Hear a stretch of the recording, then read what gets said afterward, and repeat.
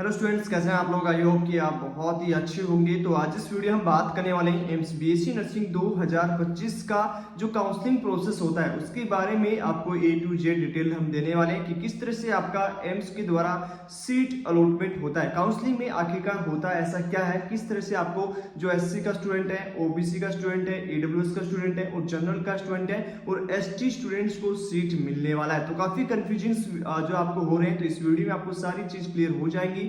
और बेसिकली मैं शेफ राजेश कुमार, पिछले 5 साल से मैं यहाँ पे AIIMS BSc nursing, paramedical, RHS और नीट के स्कोर पे बीएससी नर्सिंग का काउंसलिंग एंड इसके साथ ही साथ आईसीआर का काउंसलिंग हम लोग यहाँ पे कर रहे हैं। तो चलिए, सबसे पहले जितने भी स्टूडेंट हैं चैनल को देख रहे हैं, वीडियो को लास्ट तक देखिएगा। जितने पेरेंट्स देख रहे हैं वीडियो को लास्ट तक देखिएगा ताकि आपको हर एक चीज समझ में आ जाए। तो सबसे पहले हम बात करेंगे कि आपको जो सीट अलॉटमेंट होती है वो किस तरह से होता है, क्या क्या फैक्टर्स है वो इफेक्ट करते हैं। सबसे पहले आपका होता है कि आपका एग्जाम्स का पेपर कैसा गया। ओके, सेकंड आपका होता है कि आपका सीट मैट्रिक्स कितना रहेगा। ओके, उसके साथ ही साथ यहाँ पे मैटर करता है तीसरा जो है आपका किस तरह से आपको कैटेगरी बेनिफिट मिलने वाला है। ओके, कैटेगरी बेनिफिट आपको किस तरह से मिलने वाला है, तो कैटेगरी बेनिफिट है वो आपका थर्ड नंबर पे रहेगा, जो आपको सबसे ज्यादा इफेक्ट इस साल 2025 में करने वाला है। कंफ्यूज नहीं होना बच्चों, वीडियो को लास्ट तक देखिएगा। चौथा नंबर के आपका रहेगा आपका जो है चॉइस फिलिंग आपका किस तरह से रहने वाला है। चॉइस फिलिंग आप जो काउंसलिंग में करोगे वो आपका कैसे रहेगा। पांचवा जो इफेक्ट रहेगा वो रहने वाला है यहाँ पे आपका जो है सबसे पहले जो सबसे मोस्ट इंपोर्टेंट है कि आपने चॉइस प्रेफरेंस कैसे किया, किस कैटेगरी पे। ओके, आपको सीट कौन सा मिलने वाला है, मतलब आपको सीट जो अलॉटमेंट होगा वो किस कैटेगरी का होगा, कितना आपका रैंक है, आपका टोटल जो रैंक है वो भी आपका डिपेंड करता है रैंक आपका क्या है और आपका चॉइस फिलिंग आपके रैंक के अकॉर्डिंग है या नहीं। ठीक है, तो ये 5 कारण हैं जिसकी वजह से आपको सीट मिलने वाली है। सबसे पहले हम यहाँ पे दिखाएंगे जो 2023 का रिजल्ट है हमारे बच्चों का, जो पर्सनल काउंसलिंग के स्टूडेंट्स का, और 2024 का, उसके बाद 2025 में किस तरह की इस बार कट ऑफ होने वाली है। यदि आप भी हमारे काउंसलिंग प्रोसेस में जुड़ना चाहते हैं तो हमारी टीम से जुड़ सकते हो, जिसका सब्सक्रिप्शन चार्ज 799 है। अब यहाँ पे आपको बोलेगा कि ट्रस्टेड टीम है या नहीं है, कहीं पैसा लेके भाग नहीं जाए। तो पिछले 5 साल से बच्चों में यहाँ पे काम कर रहा हूँ, सबके हमारे अलॉटमेंट लेटर देख सकते हो। अब हमारी टीम कैसे काम करती है उसकी हम बात कर लेते हैं। सबसे पहले वो आपका बेसिक इंफॉर्मेशन लेगी व्हाट्सएप पे, उसके बाद में एक व्हाट्सएप ग्रुप मिलेगा आपको। ओके, उसमें आपको क्या मिलेगा, व्हाट्सएप ग्रुप मिलेगा। इस व्हाट्सएप ग्रुप में आपको सभी अपडेट मिलेगी, जितनी भी अपडेट है। ठीक है, हम लोग कैसे आपकी काउंसलिंग करेंगे, कब आपकी काउंसलिंग होगी, किस दिन आपका रजिस्ट्रेशन करेंगे, सारी अपडेट आपको इसी व्हाट्सएप पे दे दी जाएगी। तो आपको यूट्यूब पे कोई भी वीडियोस नहीं देखना जाएगा। उसके बाद सेकंड जो है आपको पूरे डॉक्यूमेंट्स तैयार करवाए जाएंगे। जो जो डॉक्यूमेंट्स हैं वो चाहिए होंगे वो आपको डॉक्यूमेंट्स तैयार करवा चाहिए। कौन सा डॉक्यूमेंट्स आपको कर रिक्वायर्ड होगा वो सब चीजें मिलेगी। तीसरे आपका जूम मीटिंग लिया जाएगा। ओके, जूम मीटिंग होगा जिसमें आपके जितने भी डाउट है वो सारे सोल्व किए जाएंगे। एक भी कोई भी क्वेरी है आपको, वो आपको वीकली एक जो है जूम मीटिंग होता है जिसमें आपको सारी चीजें समझाई जाती है। फोर्थ नंबर पे जो होता है वो आपका रजिस्ट्रेशन आपका हमारी टीम के द्वारा करके दिया जाएगा। ओके, इसमें आपका पूरा जो भी रजिस्ट्रेशन प्रोसेस है वो हमारी टीम करेगी। उसके साथ ही साथ आपको पहले एक डमी चॉइस फिलिंग मिलेगा। सबसे पहले आपको एक प्रिंटेड डमी जो है चॉइस फिलिंग मिलेगा, जिसमें आप अपना देख सकते हो कि आपकी क्या चॉइस प्रेफरेंस रह सकती है। यदि आप इसमें चेंज कराना चाहते हो तो चेंज करा सकते हो। उसके बाद एट द टाइम काउंसलिंग होगा तब आपका जो है वही, जब आपका कंफर्मेशन हो जाएगा, कंफर्म चॉइस फिलिंग हो जाएगा, उस चॉइस फिलिंग के बेसिस पे आपका पूरा चॉइस फिलिंग हमारी टीम से किया जाएगा। उसके बाद चॉइस लॉक हो जाएगी। जब आपको सीट अलॉटमेंट हो जाएगा तब आपको seat allotment letter, offer letter हमारी टीम के द्वारा भेज दिया जाएगा। मतलब टोटली आपका 799 में complete A to Z process है हमारी टीम के द्वारा करके दिया जाएगा।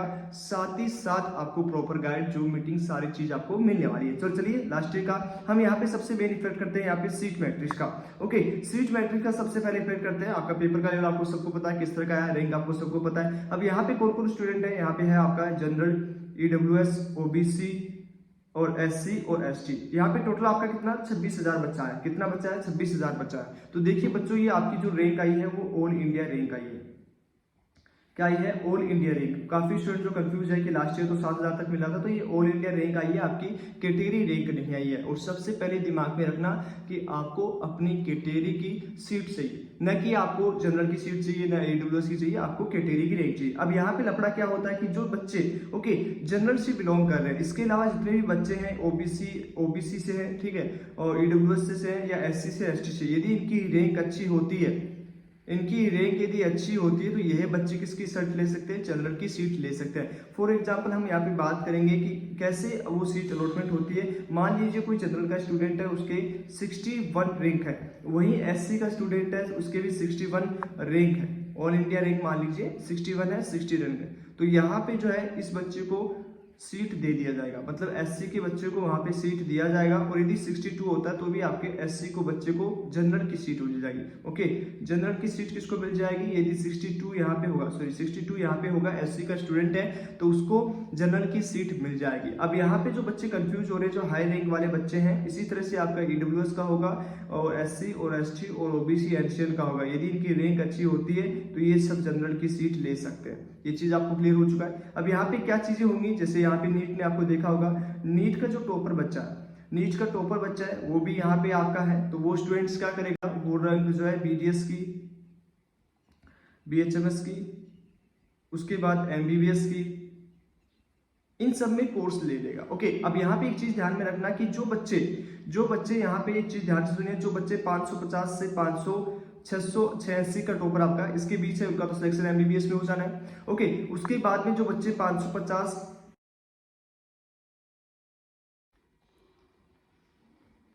अब ये आपको समझ में आ चुका है कि ये जो बच्चे हैं 500 से लेके 550 है, वो नेक्स्ट ईयर के लिए नीट के लिए प्रिपरेशन में चले जाएंगे, क्योंकि जो 10 या 20 नंबर से रहता है वो 100% जो है वो जाता है इसमें नेक्स्ट ईयर की प्रिपरेशन के लिए कि मेरा एमबीबीएस में हो जाएगा। अब जो बच्चे 450 से लेके यहाँ पे 500 के बीच है, वो कहीं ना कहीं बीडीएस, बीएचएमएस और आरपीटी, उसके वेटनरी का हो गया, उसके साथ ही साथ बीएससी नर्सिंग हो गया, तो कहीं ना कहीं सेट हो जाता है। तो इसलिए इफेक्ट किस पे पड़ता है, ये बीएससी नर्सिंग पे इफेक्ट पड़ता है। तो बच्चों जो भी आपकी रैंक है, ओके, क्या क्या रैंक पे आप एडमिशन के लिए जा सकते हो, जो भी स्टूडेंट है जो जनरल से लगभग 4 से 5 हजार के बीच में, 4 से 5 हजार के बीच में जरूर एक बार काउंसलिंग में चाहिए। उसके बाद में ओबीसी एनसीएल से, यदि आपके पास सर्टिफिकेट है, सर्टिफिकेट की बात कर रहे हैं, ओबीसी एनसीएल से हो, ओके, तो यहाँ पे आप जो है ओबीसी एनसीएल जो आपकी रैंक 12 से 13 हजार के आसपास है, तो एक बार बच्चों काउंसलिंग में जरूर पार्टिसिपेट करना। ओके, उसके बाद ईडब्ल्यूएस में भी आपका यही रहेगा, 12 से 14 के बीच में यदि आपका रैंक है तो जरूर एक बार काउंसलिंग में जरूर पार्टिसिपेट करो। यदि आपके पास क्या है,